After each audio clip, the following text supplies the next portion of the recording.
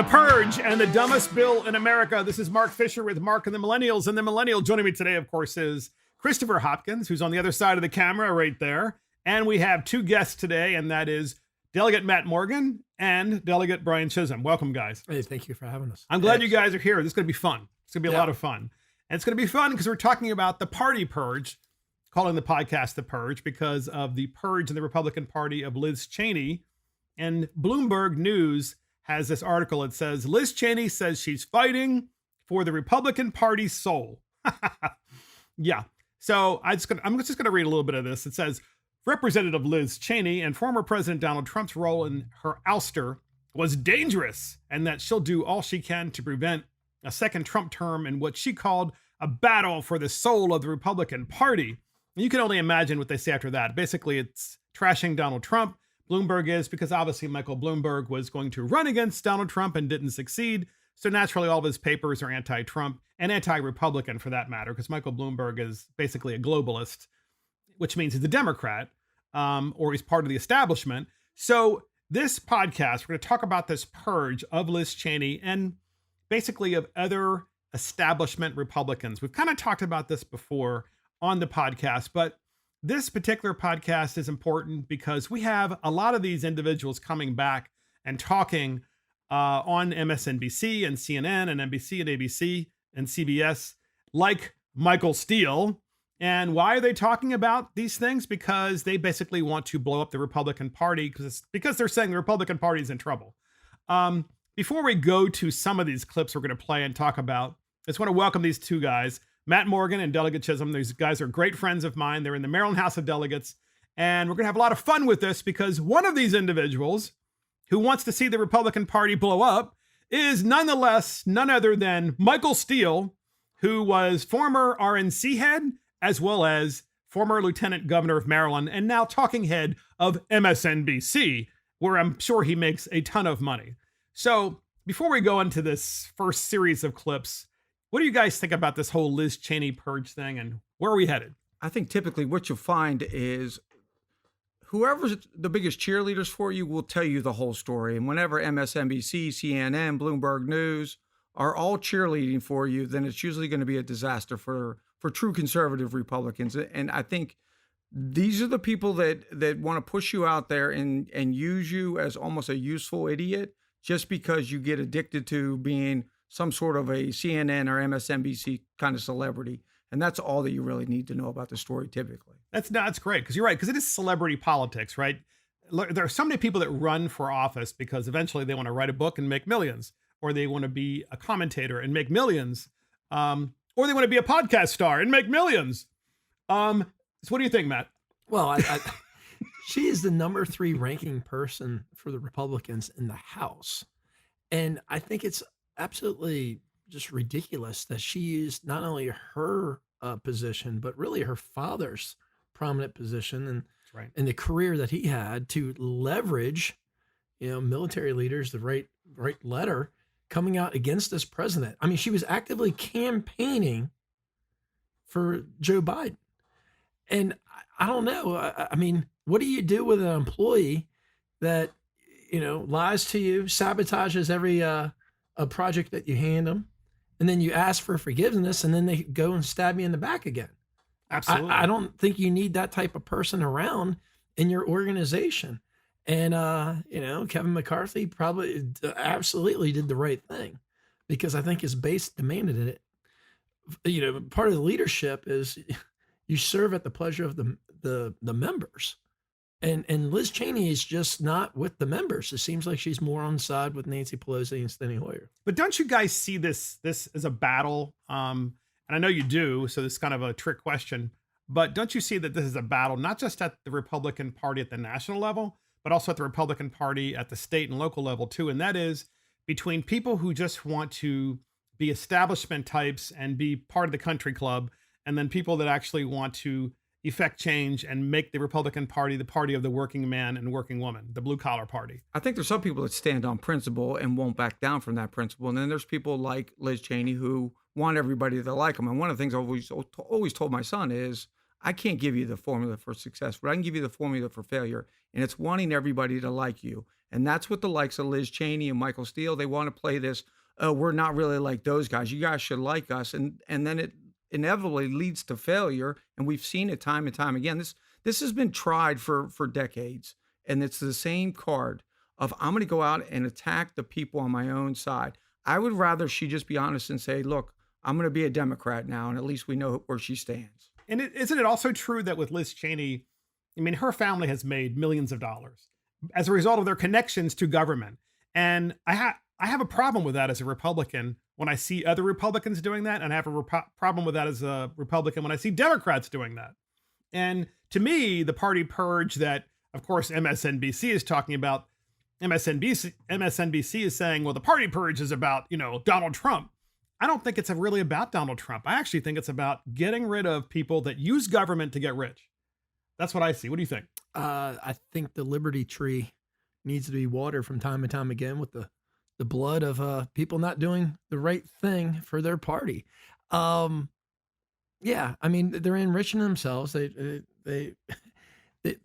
Democrats for all intents and purposes. But Liz and Cheney, they stand for nothing that we believe in. Also, you're saying Liz Cheney is a Democrat for all intents and purposes. Yes. Interesting. No, that's an interesting take. But look, I mean, we also have the Bush family, and I have to give creds to the senior Bush, right? Because he's an American hero without question.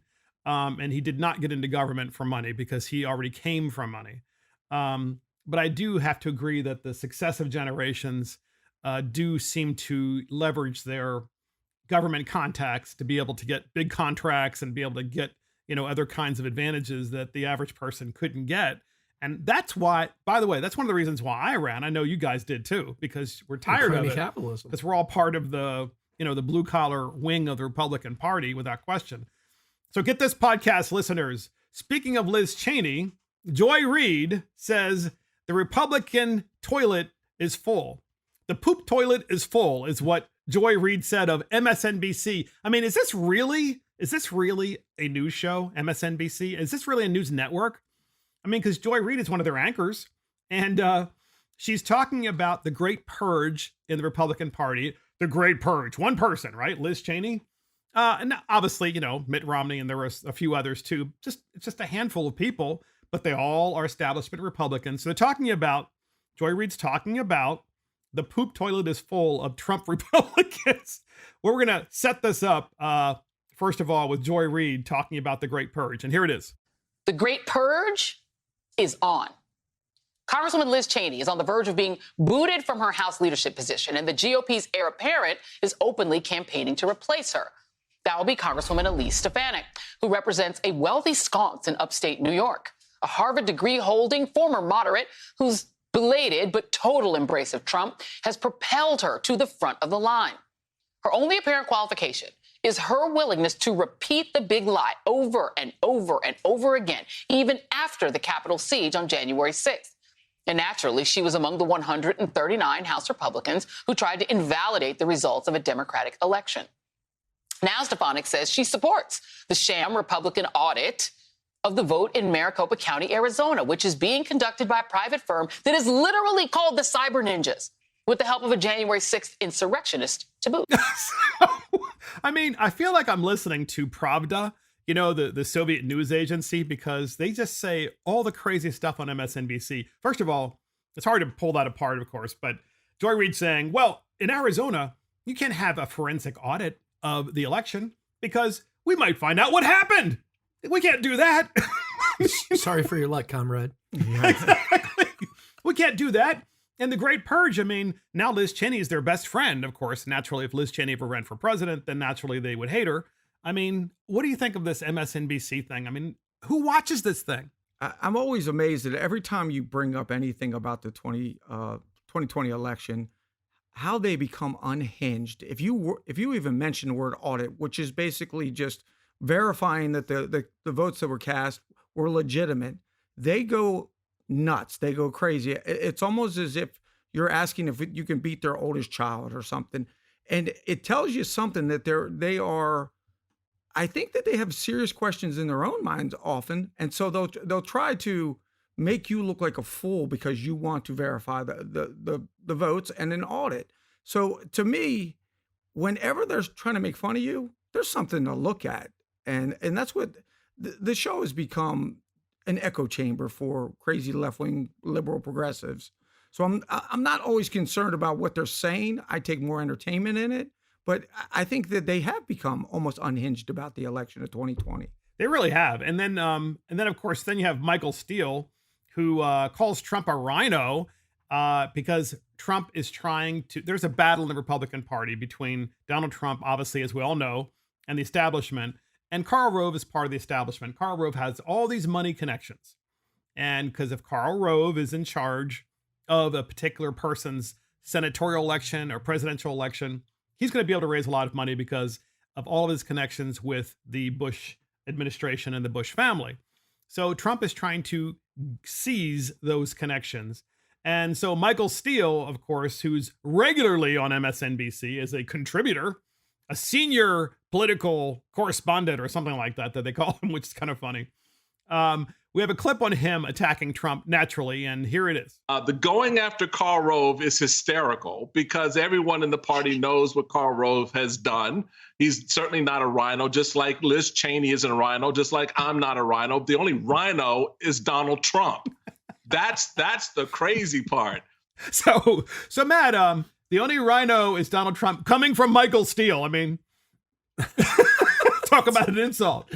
I'm rubber, you're glue, whatever you say bounces off me and sticks to you. I mean, it sounds like name calling right here.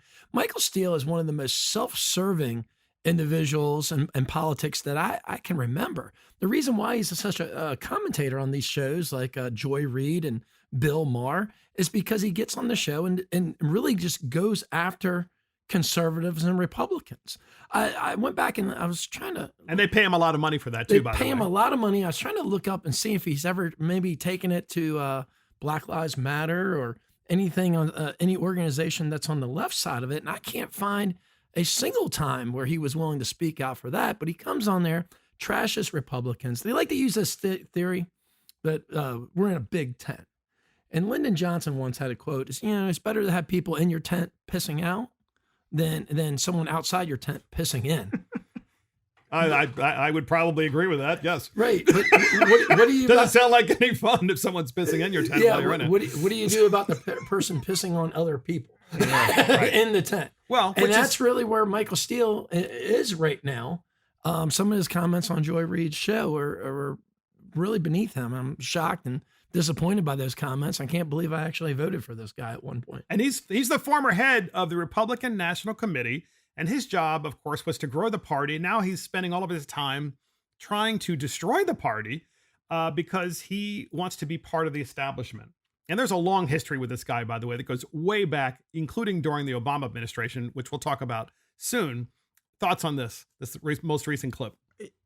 I find it interesting that Michael Steele was defending Karl Rove because I don't know how many people remember, but in 2016, I think Karl Rove went after Trump then too and said there's no way this man, he got out a silly little whiteboard and he said this is why Trump can't win. And it speaks a little bit back to what you were talking about, the nepotism. It's really about those guys gaining their own power and enriching themselves. And that's what we reject. I know collectively, us three as Republicans, people enriching themselves and just pushing themselves up, and to do it by destroying the Republican Party and saying you are a Republican is a disgusting thing to see, but you see it every day. And that's what I think we're witnessing here. It is. And Joy Reid, of course, also said on MSNBC, while she's talking to Michael Steele and asking Michael Steele about his thoughts about the ouster of Liz Cheney and the party purge, she actually finishes the segment with, well, the poop toilet is full, meaning I guess the Trump voters and the poop toilet is full. I mean, it's unbelievable. We have that clip. And here it is. The question is, was she full of crap then when she was hanging out in Bush world and Romney world, or is she full of crap now? I don't know. So either way, crap is crap. And it is the best reflection of where the GOP is right now, is they are about to knock out a principled woman for crap. And I think we need to be honest about what it is. Donald Trump brought the gold toilet into the RNC, into the party, and everyone thinks it's a pool. and they're just diving in. And then They're here's just the diving thing. in. But I mean, Eugene, they're diving in, and the poop toilet is full. It's not like they're diving in and it's empty. So, okay. So this, ladies and gentlemen, is what is called journalism at MSNBC. And this, ladies and gentlemen, is Michael Steele speaking with Joy Reid about the poop toilet is full of Trump voters and Trump supporters. And then even Michael Steele attacked Elise Stefanik, who took the place of Liz Cheney, and called her, you know, a name as well, which I'm not going to repeat. Can you imagine if a Republican did that to a woman? Oh, I mean, look, guys, I mean, this is the person who wants to run for governor of Maryland, Michael Steele, potentially. And in addition to that, this is the person who is regularly attacking the Republican Party and saying, you know, it's too conservative. And because Trump voters really aren't conservatives, he's conservative. Thoughts? He's using the word crap. And like we were just using the Lyndon Johnson quote with the peeing in the tent. I mean, and he's not really going just after Trump. He's going after Republican voters, like hardworking Americans that simply agree with like an American first agenda. Or maybe they agree with immigration, or maybe they agree that Joe Biden is doing just a horrible, lousy job. And he's going after them, saying they're jumping into a golden toilet and using it as a pool. It's disgusting comments. And I just really thought better of Mike, to tell you the truth, than the comments that he makes. But it's important, I think, for conservatives to realize why he is there. He is there he's paid a very handsome salary to go after people like us. That's exactly right. And that's a great point, Matt. And what Matt's saying is, you know, 76 million people voted for Donald Trump, whether they like that or not. And those are the numbers that they agree on, at least right now. So that's 76 million people that Michael Steele is willing to go out there and insult and say that he's part of the new Republican Party by insulting 76 million people. The reason that Donald Trump was so popular was not because of his flair or his flash or whatever. It's because Donald Trump was the first one to say, I'm going to speak to you like you deserve to be spoken to. I'm going to speak to you like the hardworking Americans that you are. You love this country. I love this country. I'm going to do everything I can to get some of the barriers out of the way for you to go to work and make and live the American dream. And you know what? Every ethnic background flourished under Donald Trump. And that's what they hate. They do hate that, especially Michael Steele, because Michael Steele, of course, you know, here he is, first Black RNC chair, but he was the RNC chair during the Obama administration. And as a result of that, he felt like he was potentially, in my opinion, he always felt like he should have not been the chair of the RNC when you had the first Black president who was a Democrat. And so that's just my personal opinion, that he really used the Republican Party. He wasn't ever a Republican. And I think this kind of proves it, doesn't it? I mean, and this is the same guy saying the poop toilet is full and using all this other foul language. He wants to be governor of Maryland. I mean, he's calling the Republican Party's crap, Republican Party members, the voters, crap. I mean, how's that going to work for him when he runs for the primary? It's ironic. Back in October, when he floated those rumors of possibly running for governor in the future, I got a phone call from a journalist in Maryland Matters. They're not journalists. Yeah, asked me for his quote. But oh, by the way, we're going to send this to Maryland Matters. So, well, I mean, journalists, Democrat operative. They're paid for. They're bought and paid for by the Democrat Party. Yes. Well, the journalist asked me. He's like, "Well, what is your opinion on Michael Steele potentially running for governor?" And my first reply was, "Well, what party is he planning on running for?" And I said, "Are you saying that about Governor Hogan too? Are you going to print that?" And he's like, "Oh, I won't print that, delegate." I'm like, "No, I want you to print that. I want you to put it in the article because I think it's an absolute joke." Because you said it. Yeah, right. That Michael Steele would even consider running for governor in Maryland after some of the stuff that he said. There's no conservative in the state that would vote for this guy. I think he's kind of a clown. And that none of those comments really made it into the article. Of course not. Of course not. Because they want Maryland Matters and all of the left-wing media, they want to blow up the Republican Party. And what better way to do that than to get Michael Steele to run for governor of Maryland? I don't know about your opinion, Brian, but they keep trying to make like guys like him like legitimate. And they do it from a side where it was like, well, he's going after Trump and you're a Trumper. Like, I identify as a conservative. I've been a conservative a long time before Donald Trump became president, and I supported him.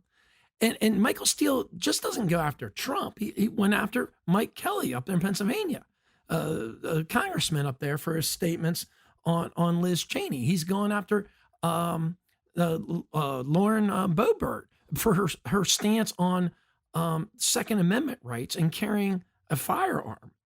So this guy, I don't know where he stands and why anyone even thinks that he's a Republican, other than he self-identified one time on a volunteer voter registration as a Republican. It is a great question. Is that a trans Republican? Is that what you're going to say?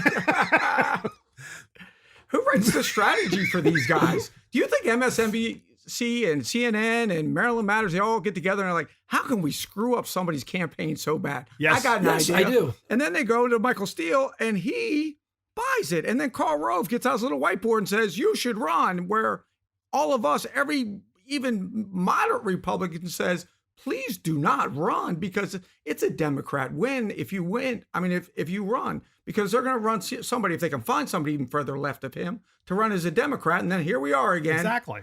And that's what happened. No, it's perfectly well said. And look, as the former chair of the RNC, Michael Steele tried to blow up the Republican Party before. And proof to you guys is the Christian Science Monitor, okay? All those years ago, Rush Limbaugh ripped into GOP chair Michael Steele and said Republicans actually hang up on you when you call Michael Steele. This is from March 2nd of 2009. And it says, perhaps GOP chair Michael Steele is fighting Rush Limbaugh now, so when the next election heats up, he'll have honed his debating skills. Well, it's just to be nice. Far-fetched? Who knows? Look at the Chinese government. Yesterday, they crashed a lunar probe into the moon, and then they crashed it on purpose. At least that's what they said. According to Information Week, they did it to get a lunar landing experience. And so they're basically saying, Michael Steele is just trying to find his sea legs and so forth. And then he and Rush Limbaugh start fighting because Steele was basically back then promoting and supporting Barack Obama's policies. And I want to make this really clear for our podcast listeners, because you know how the left can be. Michael Steele's black, Barack Obama is black. All right. Michael Steele was supporting Barack Obama, in my opinion, because Michael Steele supports the policies. But I think Michael Steele also saw himself as wanting to be the first black president himself. And that's why he used the Republican Party as a vehicle to do that, not because he believed in the policies. But Barack Obama's policies were out of control. They were nuts. I mean, of course, now they look reasonable compared to Joe Biden's. So Saturday Night Live, and I'm going to bring you guys in a second, Saturday Night Live in 2013, because that's how long this feud went on for years, did a skit about Michael Steele. And we have a clip on that, and we're going to talk about it, and here it is. This past week, you went on CNN and called Rush Limbaugh incendiary, but then you turned around and immediately apologized. Is that right? Oh, yes. It's all good. Rush and I had a great meeting on Monday, and we squashed that beef. And we both agree that what's going to bring people back to the Republican Party is an off-the-hook marketing campaign. Holla! I mean, issues. We got to control all this government spending, Seth. Well, I'm sorry, hold on. If I can go back. What just happened there? What? There's something on your head. What, this? Yeah. That's just the electrode that the Limbaugh people put in there. Rush Limbaugh put an electrode in your head? That's crazy. Why would you let them do that? Oh, come on, Seth. That's all good. They're harmless. I mean, Rush Limbaugh is just an entertainer. A great entertainer. A beacon of truth and light in times of uncertainty. So obviously, the skit was that Rush Limbaugh put a red little buzzer inside of his head. It was an implant, and he was zapped every time he said something that wasn't according to Republican orthodoxy. Funny, right? Except that back then, that's exactly not what was happening, because Michael Steele, as I said, in my opinion, was using the Republican Party as a vehicle to become president of the United States, not as a Republican, not as a conservative, but as a liberal and as the first black president. And then all of his chances were foiled by Barack Obama. Thoughts, guys? Go ahead, Brian. First of all, Passing it off. I would like to correct the record. William Jefferson Clinton was the first black president. I was told that. I remember they told me he was the first black He president. was. That's right. But I agree with you. First thing I thought of was whenever there's a parody, there's some truth to it, and I think they were basically admitting that Rush Limbaugh had a lot of influence over the American people and over the Republicans, just like Trump did, because they both spoke the truth and they threatened the other side by exposing them for what they were. It was a false narrative they're always trying to put out, and both Trump and Rush Limbaugh spoke the truth, and they can't stand the truth because the truth sheds light on what they're really trying to do. And I think that's why that clip was funny. Even though, I think that Saturday Night Live used to be funny, and that It's was not actually funny now. I know. that was actually a funny clip. So I kind of like the clip. But Yeah, from back then. But look, CNN was reporting in 2009 on Limbaugh's feud with Michael Steele. And I think we actually had that clip of Rush Limbaugh himself, just to let you guys know in podcast land what the feud was about. Limbaugh had never really attacked an RNC chair. Certainly he would give critiques and encouragement, but he would never actually do a head-on attack. And here is a clip where he actually did that. And Michael Steele was the RNC chair. And that's because of Michael Steele's co-opting with Barack Obama and basically saying, the plans are, we should become more like Barack Obama and his policies. That's the only way we can win elections. We have that clip, and here it is. It's time, Mr. Steele, for you to go behind the scenes and start doing the work that you were elected to do, instead of trying to be some talking head media star, which you're having tough time pulling off. I hope you figure out how to run a primary system. But it seems to me that it's Michael Steele who is off to a shaky start. Now, Mr. Steele, if it is your position as the chairman of the Republican National Committee that you want a left-wing Democrat president and a left-wing Democrat Congress to succeed in advancing their agenda, if it's your position that you want President Obama and Speaker Pelosi and Senate Leader Harry Reid to succeed with their massive spending and taxing and nationalization plans, I think you have some explaining to do. Why are you running the Republican Party? Oh, so that, ladies and gentlemen, had never happened before. And that's why Saturday Night Live, of course, did that clip, did that, skit, if you will, kind of making fun of Limbaugh and Steele and so forth. But this is who Michael Steele is. This is back in 2009. 2009. And that was right during the Tea Party movement where conservative voices were beating the pavement, grassroots, wanting to be heard. And Great Michael point. Steele was squashing that movement even back then because he fundamentally doesn't believe in it. There's a theory, I would say, that's in the political class. As long as they're in charge and, they're doing okay, everyone's okay. And that's just not true for the average American. And they spoke up loud and clear those elections. A red wave took over, that election in 2010. It would be fortunate if Republicans could actually work together from the RNC national to the state to, But local. and I agree with you. And we need to, and your point about the Tea Party is a great point, because why did all those blue collar people come out? And that's who they were. These were the working Mom and pops people of America, small business people, and people that got up every day and believed in their country. And what they believed was that Barack Obama had hijacked the country for kind of a Marxist utopia direction, which is where he was taking the country, kind of like where Joe Biden is today. And as we can see back then, is they were right because of the fact that Joe Biden is continuing that today. And Joe Biden was vice president with Barack Obama back then. And Michael Steele wasn't fighting. He wasn't fighting on behalf of the party. And now this guy wants to blow up the party. And I think Matt hit it on the head with the political class, because there's always been this political class, even on both sides. And I think that's what typical Americans reject. They do not like the idea of this status political class, because eventually it does kind of lead towards socialism. And that's what people are always afraid of. If we trust the government to run our lives, if we learned anything over the last year, It is to trust the government to fix your problems is a major disaster, whether it was unemployment insurance, the COVID, where are we supposed to wear a mask? Who's shut down? Who's not shut down? Where do I get the vaccine? It was a disaster. And that's why people risk their lives to leave socialist countries. Yeah, So true. I can't see anyone sitting back and living the year that we just went through and saying, "Hey, do you know what? We need more government intervention." That's the way to success. We handled that perfectly. Yeah, We gave out more centralized power. Yeah. That's exactly what we need. We gave out billions of dollars to people that don't even live here. That's good. Exactly.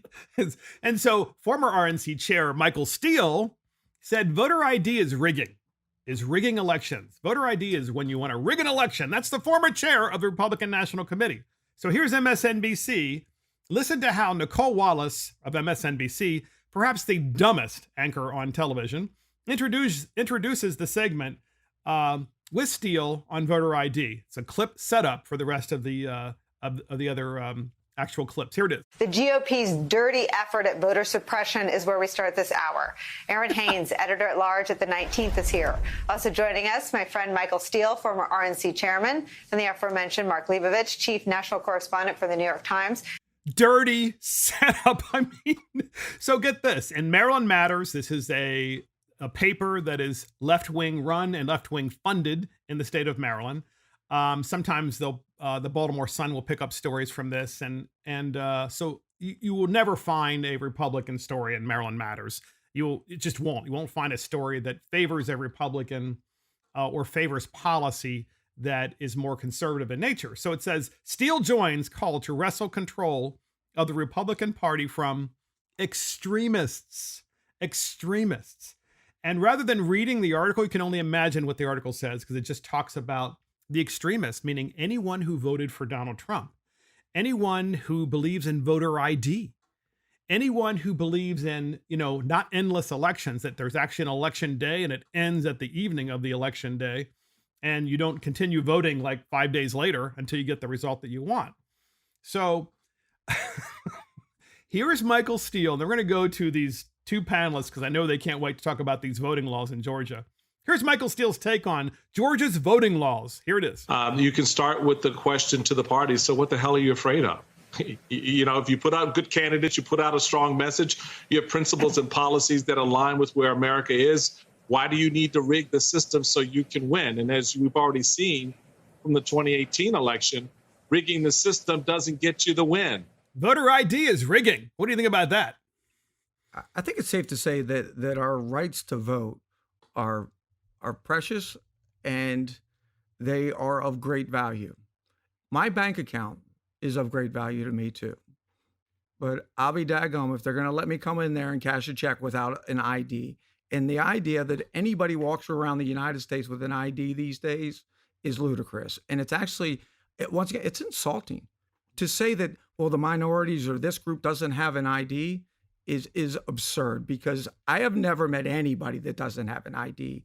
And it's just another way of trying to divert people into their narrative that if a Republican wins, it's because we somehow stole the election. And we asked people to prove who they were. And more specifically, stole it from people who are black, which is what Michael Steele is suggesting, which is why this is so disgusting, right? Because here is someone who's, I believe, a Harvard-educated, I'm not sure if he's an attorney or not, but I think he went to Harvard.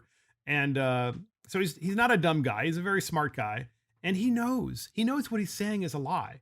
And it's so wrong to suggest that the people in the states who happen to be black don't have an ID or are too dumb to show up without an ID. Well, African Americans survived slavery. They survived Jim Crow, Democratic Jim Crow laws, but they can't get an ID. I mean, this is about securing the elections, about making sure that we do have continued peaceful transfers of power because we have legitimacy with our elections. And then for him to come out and say that, well, they're changing these laws to rig it, I would ask him the same question. Why did big tech need to shut down and censor Republican candidates going into the election? Why did the media need to squash the Hunter Biden story? That was obviously true, but yet they pulled the plug on it. Why did states that were really toss-up states need to change their election rules midway through? Without the legislature. Without the legislature doing it. You know, you had not mass mail-in voting, you had mass mail-out voting. Why are they rigging the election? And then when you question it, you're extremists. You're part of the party that is the extremist part of the party because you believe that voter ID makes elections more secure, which makes the country as a whole understand and feel like the election was fairer. And when you have a populace that believes it's more fair, then you have more of a secure democracy, right? Because then people are buying into what you're doing. But here's the guy that was the head of the RNC, and he's still playing the Democrat game, which is black people can't get an ID because they're black. What? I mean, it's stupid because in most states, certainly let's speak to this state. If you can't get an ID in this state because you don't have any money to get it, the state will provide you one for free. So you can get an ID. It's pretty straightforward to do it. Plus you can vote. You can vote the day of the election or even absentee if you want without an ID in the state, as long as you have enough time to provide the ID at a later date. You can actually show them an ID. They can come back and cure your ballot. So, well, I mean, Democrats have been very effective at turning election day into election month. Yeah. You can, I mean, we even had a bill in the General Assembly this year that put a voting drop box in a Baltimore booking precinct for criminal. Now, I know that's criminals are a strong constituent group of the Democratic Party, and they want to take care of them. I mean, we did have a good friend, Delegate Mangione, had a competing bill that would put drop boxes in senior centers, and that didn't make it into, never made it out of committee. Oh, no, of course not. Yeah. Yeah, because seniors have a tendency of voting more Republican, and convicts have a tendency of voting for Democrats. Hey, Maryland matters. You should write that story. I'm just saying. It's their same playbook they're always in, and it's all about creating division, chaos, and putting more questions on every election. So no matter what happens, they can ask questions and say, well, this happened because of this. There's nothing that they pass or they stand behind that instills greater confidence in the integrity of any election. And that's their whole game. Distorting, distracting, and demonizing. Yes, and by the way, it's working, right? Because it worked. It certainly worked this last election. I was down in Georgia for that special election. I went down there personally and did some campaigning on behalf of the RNC.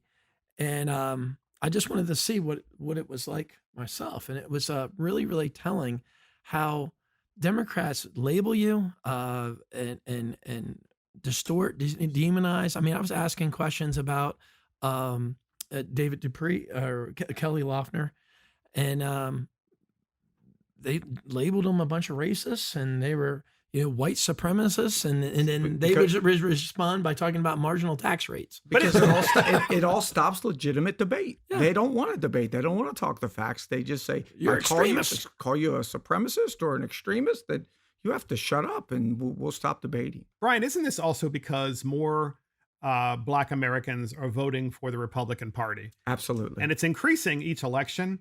And even if, and this is important for podcast listeners, even if it's just 1% more or 2% more, the fact is that's been happening over the past 20 years. The Republicans continue to get more and more people voting for them who are Black. And that is cutting into the key base of the Democrat Party.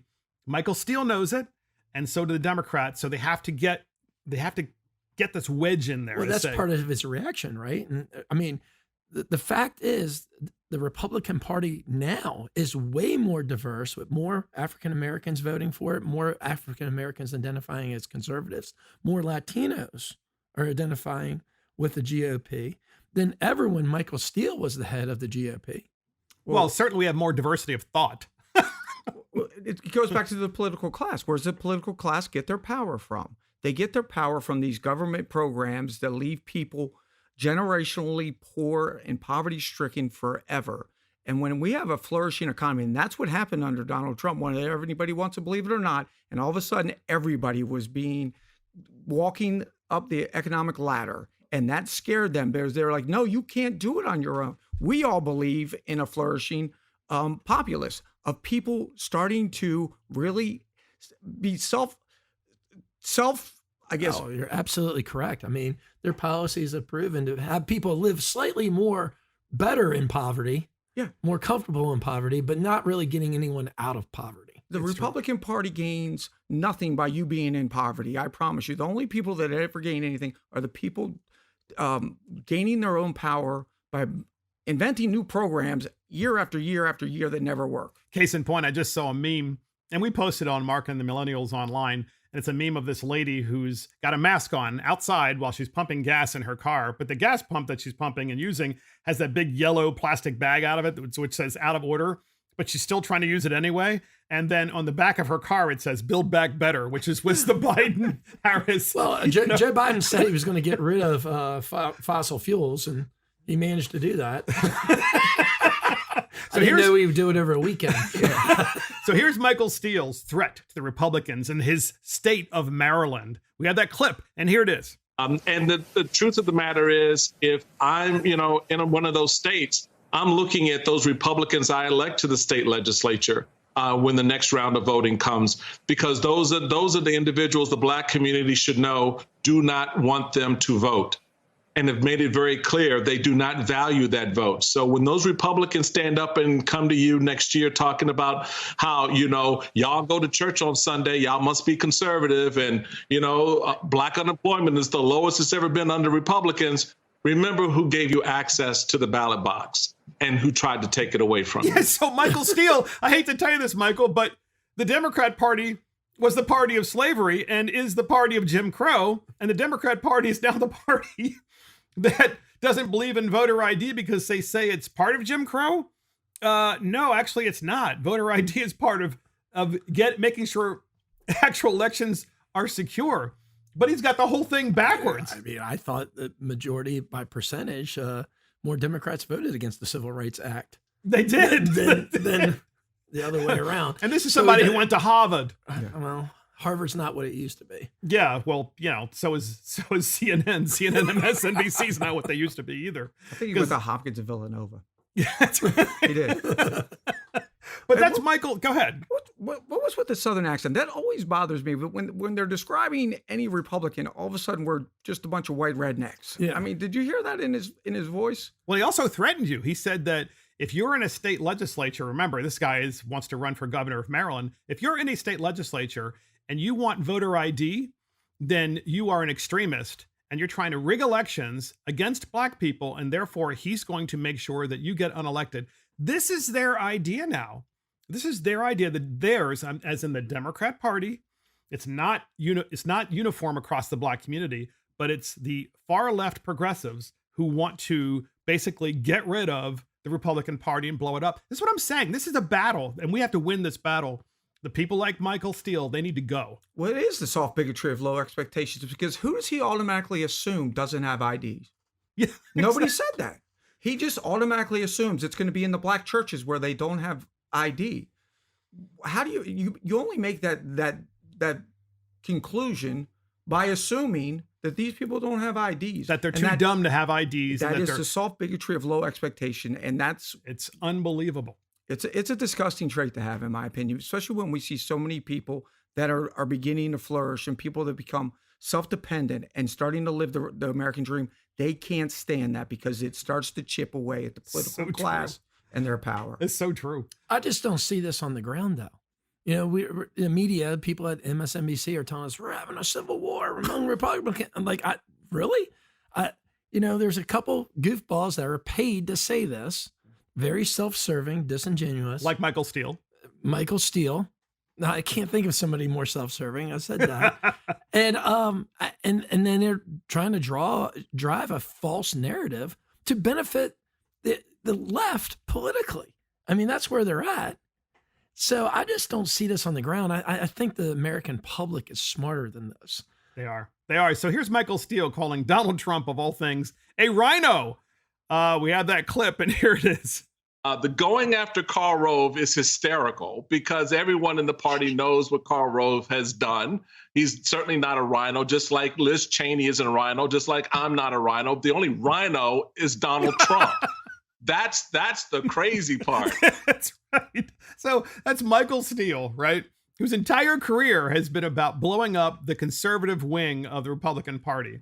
And of course, it's my opinion that the Republican Party is really the conservative party now, and has been for quite some time. By that, I mean since Ronald Reagan. Without question, it's been the conservative party. And then occasionally we get these country club Republicans who come in, who try to take it over, and they ruin the party's opportunity to get elected at all levels. But now you have Donald Trump, who's an outlier, and God knows Donald Trump has his faults. I mean, but he's an outlier. He's trying to bring the Republican Party into the place where it's both conservative and blue collar. And Michael Steele doesn't like it. Donald Trump's the rhino. Karl Rove, of all people, he's the good guy. You're a rhino. I mean, that's his response to. I mean, is that? Does he understand what rhino stands for? Is I guess my question. Republican in name only. I thought it was what it stood for. Rhino's been a long term. Republicans have had this problem for a really long time. I went back and looked it up one time. It was 1865. It was when that term first came about for. It was used against. Well, it was used against Republicans that were standing in the way of the 13th and 14th and 15th Amendment. They were acting like Democrats, Republican in name only. So it's been around for a long time. The Republican Party wasn't established until 1854. So we've had problems with rhinos for a really long time. I guess it takes one to know one. I mean, I think Mark makes a great point, though. We're talking about going back to Reagan. I mean, the most popular presidents we've ever had as Republicans in recent history were Reagan and then Donald Trump. And it was because they believed in principle and they were conservative driven. People like Michael Steele, these ones that always want to walk the middle of the road. And I think Mr. Miyagi said it best in Karate Kid. Walk one side of the road, fine. Walk other side of the road, fine. Walk middle of the road, squish like a grape. And that's where Michael Steele wants to take us. Squish like a grape. I'm not going to touch Mr. Miyagi on that one. But that's when you got me on that. So voter ID, is it really rigging? Of course. And that's Michael Steele. And that's what he believes. I mean, he believes that if you're conservative and you want secure elections, that you are someone that has to go. If it walks like a duck and talks like a duck, exactly. It's probably a duck. And that's why I guess our point of this podcast is, and I want people to realize is, I mean, he's being paid to say this stuff. No other Republican that I know is against voter ID. Not a single one. I agree. Not a single one. And a good portion of the Democrat Party people that you talk to. Right. They want to know that their elections are secure because this is one of the reasons why in America that we've had peaceful transfers of power, because we know that if we don't like how the government's going, we can walk into the voting booth 2 years from now and change it. But if you can't, and we see there's this theory among Republicans that in socialized countries or in communist countries that they don't like elections. That's not true. Most dictators love elections. It's their chance for getting pat on the back because they know what the outcome's going to be. Yeah, right. The outcome's always going to be the same. 99% Hugo Chavez. Yeah, right. Right. So why do you suppose that Michael Steele and MSNBC, they never talk about educational opportunities and freedom of choice in education?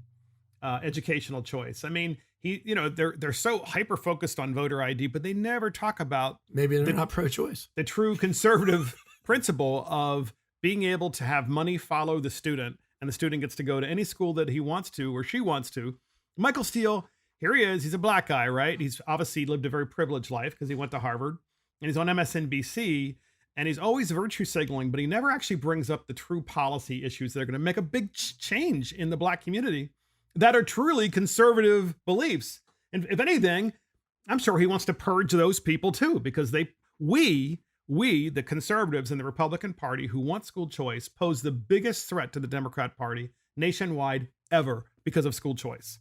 They won't even talk about it. The freedom to choose where to go to school should be what us as Republicans champion, and we should continue to champion because that is freedom.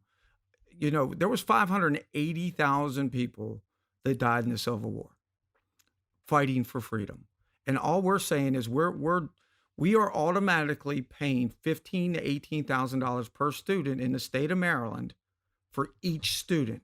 shouldn't that student, even if it's the portion of it, be able to take that money and make the choice with his parents and figure out, hey, this school is not right for me. I'd rather go to this school. And I think it just opens up so many more opportunities for kids to learn in the environment that they want to learn in. Because over the last at least 60 days, I've gotten more calls about what's going on in the public school system than anything else. And it's because parents are fed up. They are fed up with what their kids are being taught. They're fed up being told their kid can only go back to school for 2 days, or he's got to be in this lottery. I can't take it anymore. I'm taking my kid out and sending them to private school, which is, the Maryland Constitution does guarantee that we offer public education. Well, if the product is horrible, well, what good is that policy? And I think that anytime you give greater choice, it's a free enterprise equation. Absolutely. It's a better quality product that leads to a better opportunity for everybody. It's very well said, but Michael Steele will never talk about that. He'll never talk about the real policy issues, as I said before, that actually matter, that will make the biggest change to move us forward as a society, particularly if you're Black and you're in these places like Baltimore City and other cities where the school systems are just horrible and you have no choice because the money doesn't follow you. Well, Democrats for a long time have thought the theory that if you control education, you control the future. Right. Exactly. And that's what they're really scared of, is it's about control. It is. And then once again, you have another topic that Michael Steele is on the Democratic side about. And this is a major point of view, decentralizing our education system and putting parents back in charge. As a society, we all want children educated because it's a benefit to our entire society. I don't necessarily think we care who educates them, and we should have parents decide that. And you look at some of these kids are, like you mentioned, Baltimore City, they're in perpetually failing schools. We pour more money in there than you can shake a stick at year after year, and nothing really seems to change. And, this is, what did Einstein quote saying? This is insanity, doing the same thing over and over again, expecting a different result. And MSDE has that. They have their own grading plan, and it's 1 through 4. And if you're a 1, it means nobody is graduating that can do math or exactly. It's read. terrible. And if you remember, that bill came up last year, and I wanted to put an amendment that if you were in a school with a 1, meaning nobody is graduating that can read or write, you should get the opportunity to go to another school. And I got accused of busing. But Brian, voter ID is the problem. Yeah. The problem is you're not able to learn because of voter ID. Yeah, that's because right. That's the problem, because the conservatives they want you to have voter ID. That's why you're not learning. I mean, it's always diversion. It's always diversion that the Democrats have been engaging in with the Black community since they were the party of slavery and Jim Crow. And they're continuing in today, except that the new plantation are the really failed public schools. And there are very few of us in the legislature, or any legislature, by the way, who are actually willing to say what I just said, but they know it's true. Well, and if anything, they fear having that debate. Well, they fear having that debate. And really, it's the Republicans that need to be taking it forward, because Democrats at this point, they can't do it. They won't do it. You only have to pull the teachers union donation records, and you'll quickly find out that the entire party is ran from teachers union dues. You mean they've never given you a donation?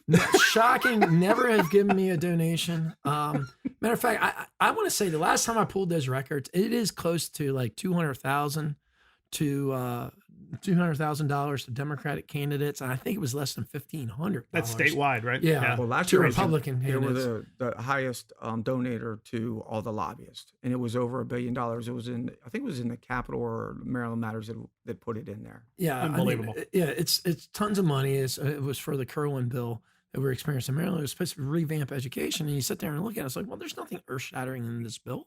It's a lot of false promises and no ability to pay for it. Yeah. Exactly. At twice the price tag. Right, and That's then right. you sit there and look at other states that have done really, really well with educational freedom, where the money follows the child through a school choice voucher program. Places like Florida that spend half the amount of money and get better results. And Exactly. you know what? I do agree with Democrats. Every child does deserve a great education, and what's preventing that is their policies. Always. That's absolutely. That's the final word on that subject. But next up, podcast listeners, we have the dumbest bill in America. And do we have a lead up, Mr. Producer? Here it is. And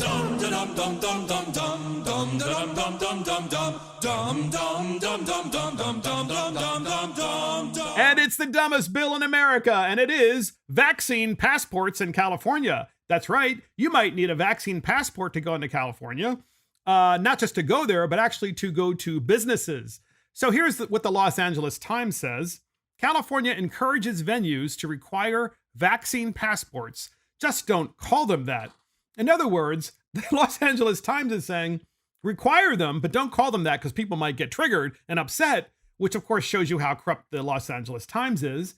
Well, Cal Matters magazine, which is a magazine about all things California, specifically about the legislature, is basically saying, well, since the governor has this authority, he may not actually require them for everyone, but he might encourage and incentivize businesses with money. Like if you got any kind of assistance from the state, your business did, you might be required then to have people prove that they have a vaccine passport before they can even walk into your business. What about voting? Yeah. Well, that's what I was going to say. I would like to see a Paper, voter. please. Can we put an ID on your vaccine passport and require that when you go to vote? Yeah. How about a voter registration passport? So if you're going from New York to Florida, you have to show us how you voted before, and they can reject you if you're strongly liberal because they don't want you coming down there and screwing up their state, because that's what happens in California too. They leave California. I and go just to wish Arizona. California would stop exporting their people to Republican states and screwing them up. Right. I mean, the part of the passport should be like you can't cross back over state lines. It's like a Hotel California. Once you check in, you can never leave. That's right. If you have a vaccine passport, you can come into this state, but you can't vote. Okay. Yeah. Well, whatever. Because you can't use your ID, right? Because that's the whole Michael Steele thing. So here's CNBC on vaccine passports. We have a really short clip on that, and here it is. Brown, Cornell, and Rutgers universities intend to require students to be vaccinated to return to campus. And basketball? The Miami Heat plan to offer vaccinated-only seating sections. So you heard the universities, some universities are requiring vaccine passports.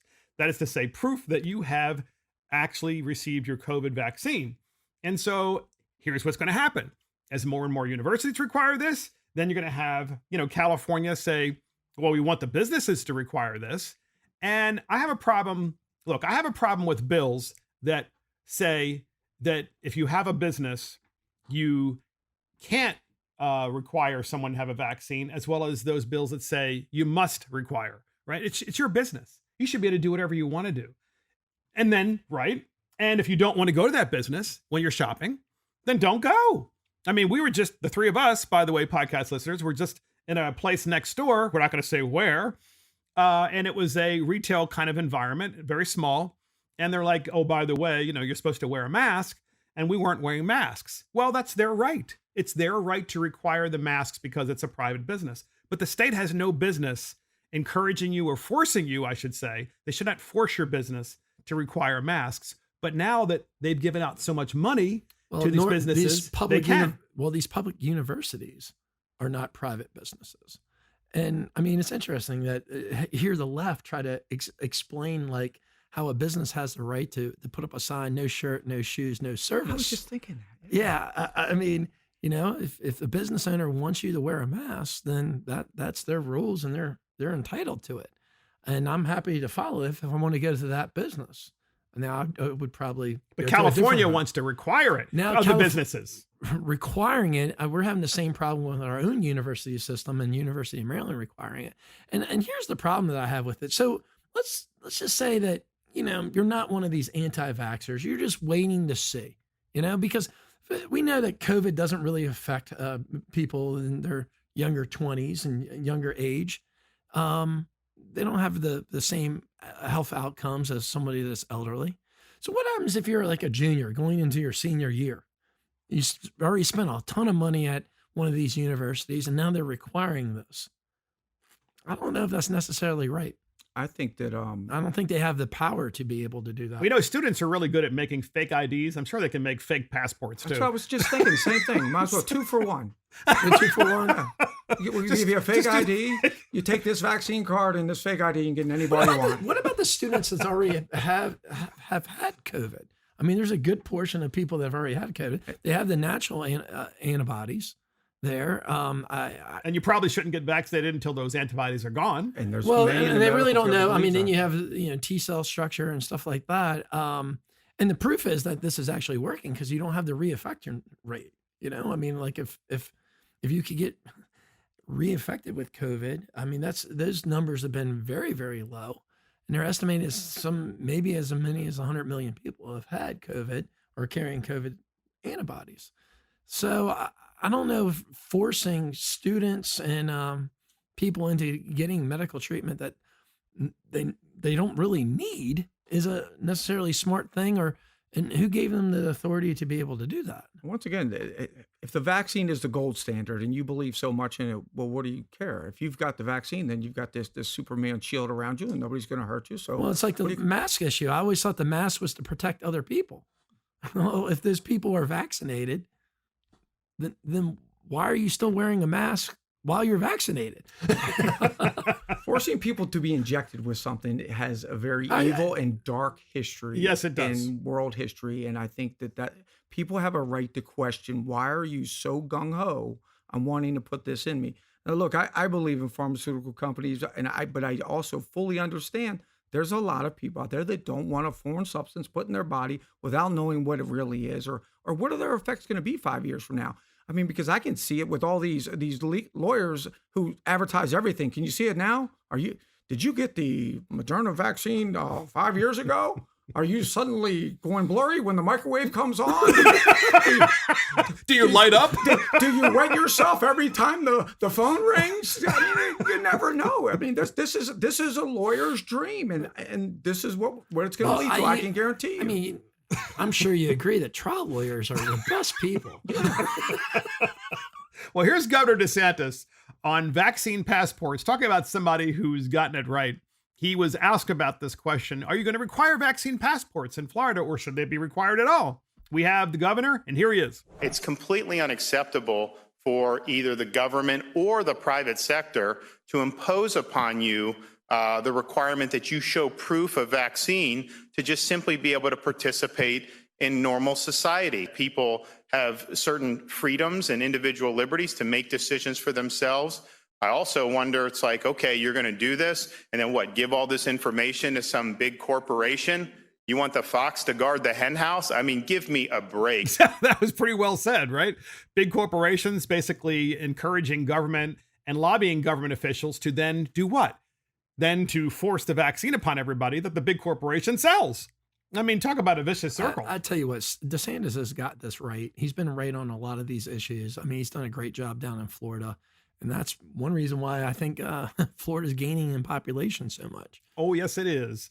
Yes, it is. What are your thoughts? Final thoughts on this dumbest bill in America, both of you? I would agree. I think it's safe to say that he's probably the most popular governor in the country. Don't tell Larry Hogan. He really is, and people gravitate towards his message because his message is, I believe you are an adult and you can make your own decision. You're an intelligent person. We trust you to make the decision that's best for you and your family. Whereas we have other people that say, no, you're not smart enough to figure out how to walk and chew gum. Let us put this needle in your arm. It saddens me that public institutions in our university system have become science deniers. That's true. That's true. They're science deniers over this vaccine. Between government, the media, it's almost like they've created a new mental disease. And you see like where people are just... So true. I don't know if they're petrified to go back to normal or do they don't want to go back to normal. I don't think they want to go back to normal. They like this. They're almost like conditioned They now. are. And it's probably been, to me, one of the most troublesome things to witness. Just people caving in. Fear and scarcity is one of the greatest motivations in humankind. It is.